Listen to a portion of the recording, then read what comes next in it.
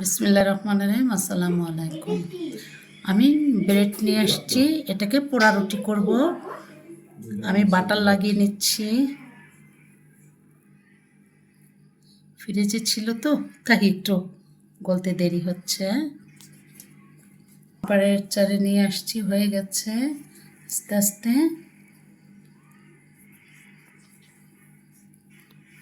আমি এটাকে পোড়া রুটি করব, তারপরে খাবো। এই রুটিটা আমার খেতে অনেক পছন্দ, তাই এটাকে আমি বাটার মেখে নিচ্ছি।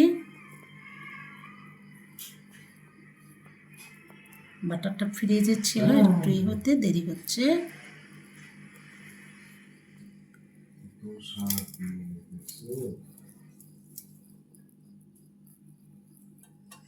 একদম সংক্ষেপে করলাম। এখন আমি রেখে দিচ্ছি, আপনাদের দেখাবো কিভাবে পোড়া রুটি তৈরি করে। প্রত্যেকটা রুটির উপরে আমি চিনি দিয়ে দিচ্ছি, হালকা করে চিনি দিয়ে দিচ্ছি।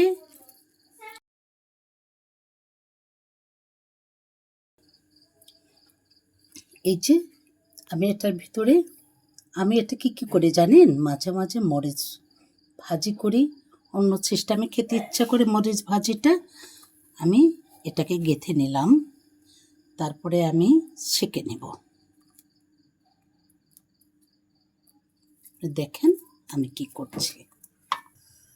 এই যে গ্যাসটা জ্বালিয়ে নিচ্ছি, আমি এই রুটিটা এভাবে দিচ্ছি। দেখবেন এটা একটা সুন্দর একটা কালার এসে যাবে, চিনিটা গলে যাবে। এই জন্য এটাকে পোড়া রুটি বলে।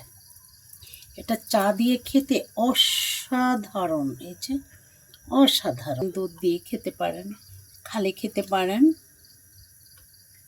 এই যে একটা দাগ এসেছে, এই যে পোড়া পোড়া হয়ে গেছে। এটা খেতে অসাধারণ লাগবে। এখন আমি রেখে দিচ্ছি।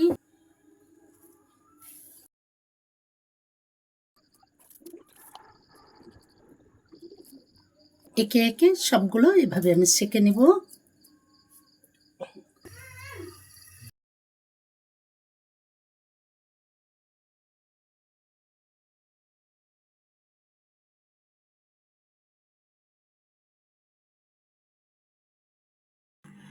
দেখুন মামুনিরা, কত সুন্দর হয়েছে।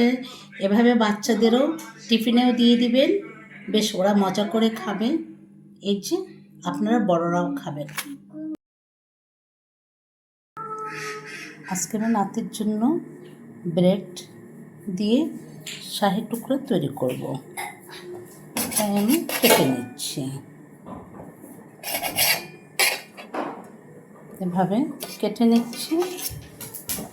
আমি পাশেরগুলো আর ফেলছি না আজকে পাশের কালোগুলো ফেলবো না, এটা দিয়েই সাথে শাহি টুকরাটা তৈরি করব।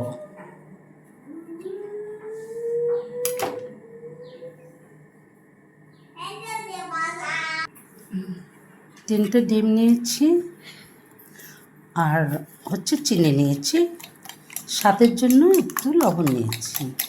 এটা আমি ফেটে নিচ্ছি।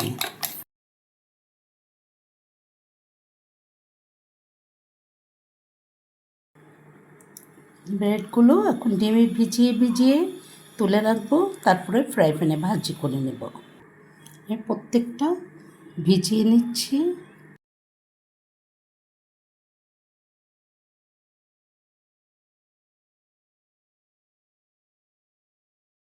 এখন ভেজে নেব। এখন আমি এক এক করে ভেজে নিচ্ছি। ফ্রাই প্যানটা গরম হয়েছে, দুধ ঘন করে রেখেছি, অল্প একটু চিনি দিচ্ছি।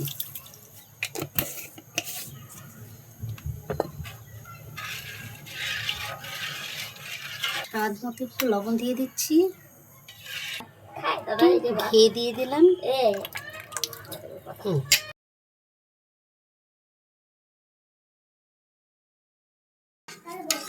এখন আমি ঘন করে দুধ জাল করে নিয়ে আসছি, ওইগুলো দুধ উপর থেকে দিয়ে দিচ্ছি।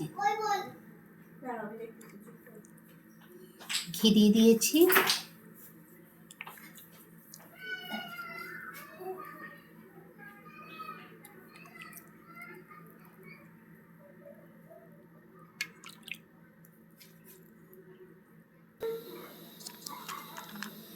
এখন আমি কিছু বাদাম দিয়ে দিচ্ছি।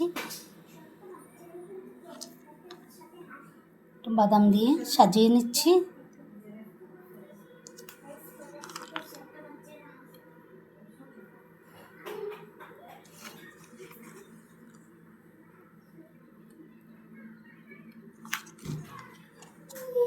এভাবে তৈরি করে খাবেন। আর ভালো লাগলে লাইক, কমেন্ট, সাবস্ক্রাইব করবেন। ভালো থাকবেন। আসসালামু আলাইকুম।